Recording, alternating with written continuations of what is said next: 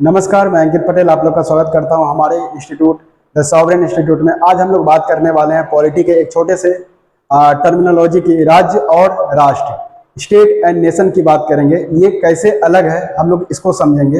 ये हम लोग अक्सर क्या करते हैं कि इसको एक ही मान के चलते हैं, राज्य को भी और राष्ट्र को भी, लेकिन ये अलग है। और कैसे अलग है आज हम लोग वो समझेंगे। तो चलिए सबसे पहले हम लोग स्टार्ट करते हैं, राष्ट्र क्या है। तो हम लोग सबसे पहले देखेंगे, राष्ट्र की बात करते हैं। राष्ट्र, नेशन, और एक शब्द हमारे पास क्या है, राज्य।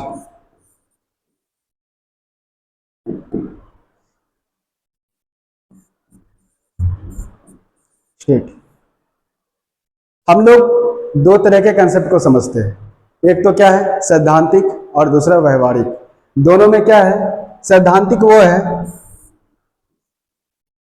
जिसमें क्या होता है कि हम इसको परिभाषित करते हैं कि इसमें ये सारी चीजें होनी चाहिए तो हम उसे राज्य मानेंगे।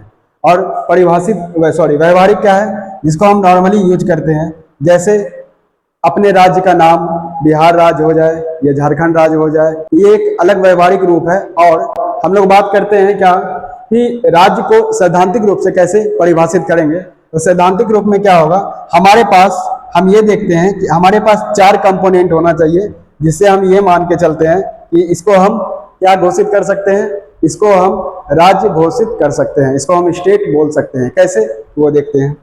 वो 4 कौन कौन सा डायमेंशन है। तो पहला है हमारे पास क्या, पॉपुलेशन, जनसंख्या। जनसंख्या। दूसरा क्या है, एक निश्चित भूभाग।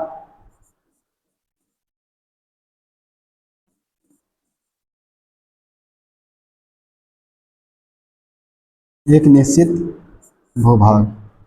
तीसरा क्या हो जाएगा,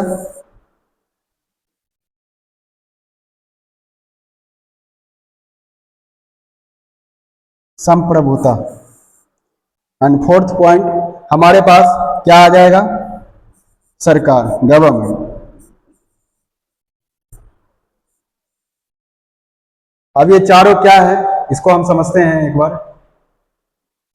हम ये कह सकते हैं कि हमारा राज्य जो है उसे हम राज्य कब कहेंगे, तो हम इसे परिभाषित कर सकते हैं इस 4 पॉइंट से, जनसंख्या, निश्चित भूभाग, संप्रभुत्व, सरकार। मतलब एक ऐसी निश्चित भूभाग जहां पे एक संप्रभुत्व सरकार हो, वहां उस क्षेत्र में कुछ जनसंख्या भी हो, और उस जनसंख्या को सरकार जो संप्रभुत्व है वो क्या कर रहे हैं, उसे नियंत्रित कर रहे हैं।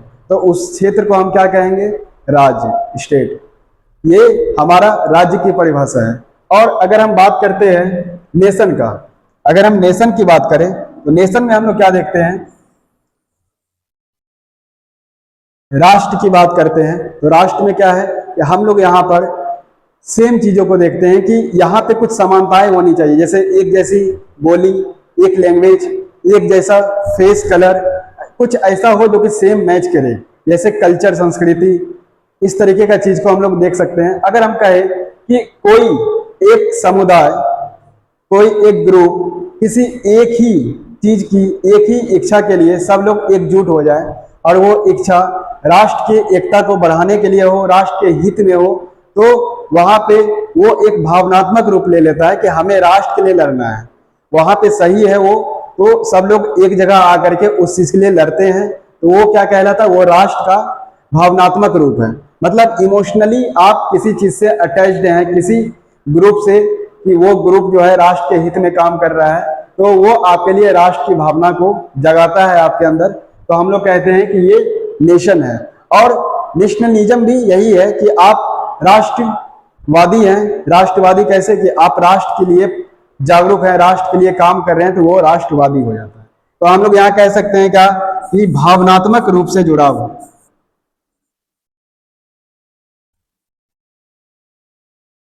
भावनात्मक जुड़ाव किसका, किसका, एक ग्रुप, समुदाय का, एक समुदाय का, एक समूह का या ग्रुप कह लीजिए।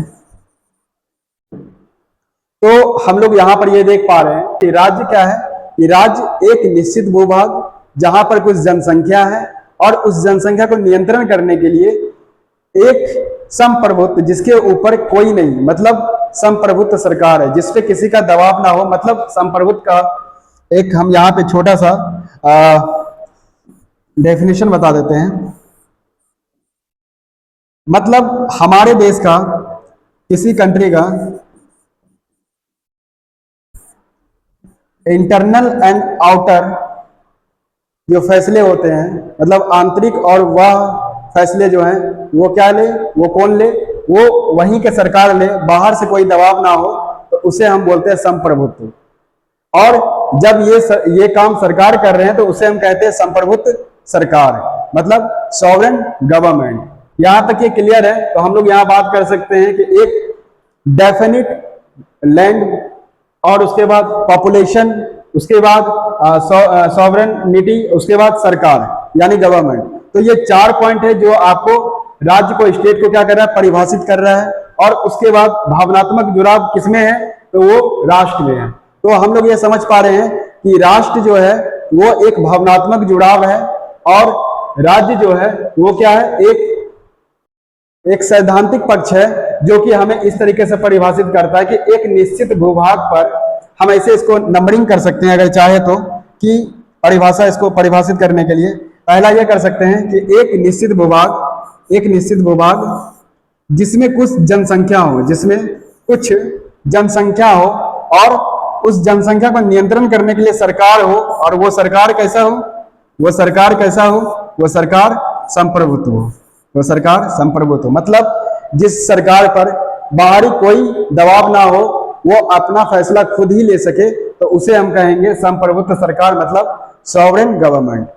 अगर यहां तक ये बात क्लियर है तो हम लोग यहां तक समझ चुके हैं कि राष्ट्र और राज्य में अंतर स्पष्ट इस तरीके से कर सकते हैं हम लोग। तो मैं आशा करता हूं कि आप लोग को ये राष्ट्र और राज्य ये दोनों समझ में आया होगा। आई होप आप लोग इससे बहुत कुछ सीख करके आगे इसमें देख सकते हैं, कुछ सुधार कर सकते हैं, या जहां पे कुछ और भी जानना हो तो आप मुझे कमेंट में बता सकते हैं कि यहाँ पे और क्या हम ऐड कर सकते हैं। उसके बाद अगर इससे अगला टॉपिक आप लोग को क्या चाहिए, अगर आप लोग का कुछ डिमांड आता है कि यही इस टॉपिक पे बनाया जाए तो हम उस टॉपिक पे वीडियो लेके आएंगे।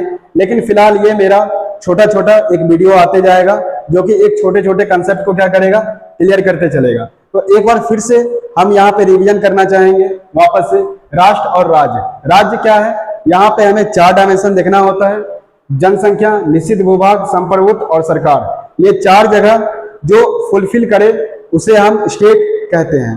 उसके बाद राष्ट्र की बात करते हैं तो वो भावनात्मक जुड़ाव, इमोशनली अटैच्ड होना, किसी नेशन से, किसी क्षेत्र से इमोशनली अटैच्ड होना, सामूहिक रूप से कोई एक ही चीज के लिए इच्छा जाहिर करे और उस चीज के लिए लड़े, उस चीज के लिए आंदोलन करे, तो उसे हम राष्ट्रवाद कह सकते हैं, उसे राष्ट्रवादी कह सकते हैं। और ये हमें बताता है कि राष्ट्र यानी नेशन, इसका मतलब है कि हम अपने क्षेत्र से इमोशनली अटैच्ड हैं। तो बहुत बहुत धन्यवाद, आप लोग लास्ट तक बने रहें। आई होप आपको ये वीडियो अच्छा लगा होगा। कहीं भी कोई और डाउट हो तो आप कमेंट बॉक्स में अवश्य पूछ सकते हैं। धन्यवाद।